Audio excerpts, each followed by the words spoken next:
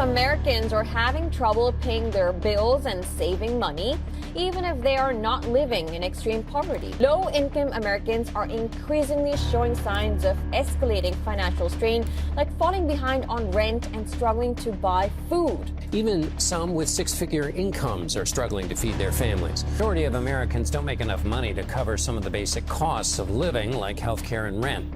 You're not going to believe this. I've been covering America's economic struggles for a long time, and I thought I had already seen every shocking statistic, every disturbing trend. But what I just found made me stop in my tracks. I had to sit down and really let it sink in because it's not just alarming, it's terrifying. Here's the reality.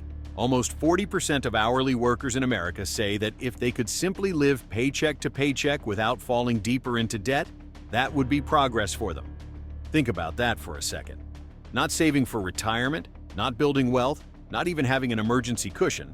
Just being able to break even every 2 weeks is now considered a dream scenario. That's not a healthy economy. That's survival mode. And when survival itself becomes the goal, it tells us something very dark about where this country is heading. Let's unpack what that means.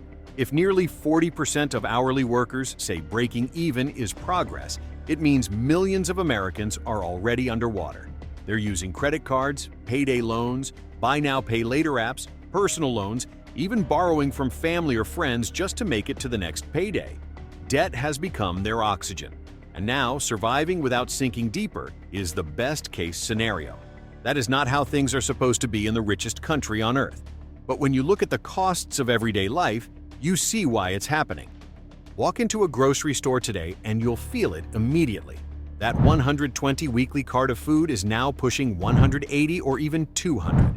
The government says groceries are up about 30% since 2019, but ask anyone shopping week after week, and they'll tell you it feels more like 60% or even 70%. That's because it's not just one thing. Meat, dairy, bread, eggs, produce, they've all jumped. Families don't need a chart to know they're paying way more for the same basket of food. And food is only one piece of the puzzle. Utilities are climbing too. I know someone whose electric bill jumped by 40% compared to last year, even though nothing about her home or usage changed. Rent has skyrocketed, an extra $300 a month in her case. Car insurance doubled. And wages? They crawled up maybe 3%. That's not even enough to cover one rising bill, let alone all of them combined. This story is playing out everywhere. People are working just as hard as before, often harder, but their paychecks stretch less and less every month. Yet Washington keeps pointing to the official inflation rate, around 2.8%, and acting like everything is fine. But let's be honest, go ask any family if their costs only rose 2.8% this year, and you'll see the truth. Essentials like food, rent, healthcare, insurance, and energy are the things people can't avoid. And those are the very things rising faster than the average headline number. This is the trap the Federal Reserve is stuck in. Their job is to balance stable prices and strong employment. But right now, it's impossible to do both. If they cut interest rates to make borrowing cheaper, inflation could come roaring back just like it did in 2021 and 2022 when it peaked at 9%. But if they keep rates high, borrowing stays expensive, businesses slow down, layoffs spread, and suddenly you're in a recession. Either way, ordinary Americans lose. And yet, officials hide behind the unemployment rate, which they say is only about 4%. But that number doesn't tell the full story. There's another way to measure employment, what some call functional unemployment. By that definition, nearly 1 in 4 Americans are either jobless or earning so little, under $25,000 a year, that it can't cover even basic living expenses. That's far from full employment. That's survival wages, and in many places, it doesn't even pay rent. Now let's talk about one of the fastest growing debt traps today. Buy now, pay later. It sounds harmless. Split up payments into smaller chunks, interest-free if you pay on time. But it's becoming a lifeline for millions who don't have enough cash flow to cover essentials. And once you start leaning on it for groceries, gas, and even bills, it's a slippery slope into financial ruin. Take one example. A college student buys a $900 piece of furniture using one of these apps. Harmless enough, but then she uses it for groceries, then textbooks, then transportation. Before long, she has 5 different BNPL accounts with balances adding up to nearly $4,000. Her part-time job doesn't even cover the monthly payments, so she takes out a personal loan at 16% interest to pay off, buy now, pay later accounts that were charging 30% or more, and she's now deeper in debt than ever. That's not convenience, that's entrapment. And this story is not rare. Millions of young Americans are falling into the same cycle. These apps are designed to make borrowing effortless. One tap, one swipe, and you're in debt. And the companies are now reporting massive losses. Klarna, Affirm, and others have seen defaults spike into the hundreds of millions of dollars. This isn't just a few missed payments. It's a sign that millions of households are collapsing under the weight of easy debt. Zoom out, and the bigger debt picture is even scarier. Americans collectively hold about $1.25 trillion in credit card balances. That's not household debt. That's just credit cards. The average person carrying debt owes somewhere between $6,500 and $7,300. And the interest rates? Brutal. The average APR is nearly 25%. And if your credit isn't great, you're looking at 30% or more.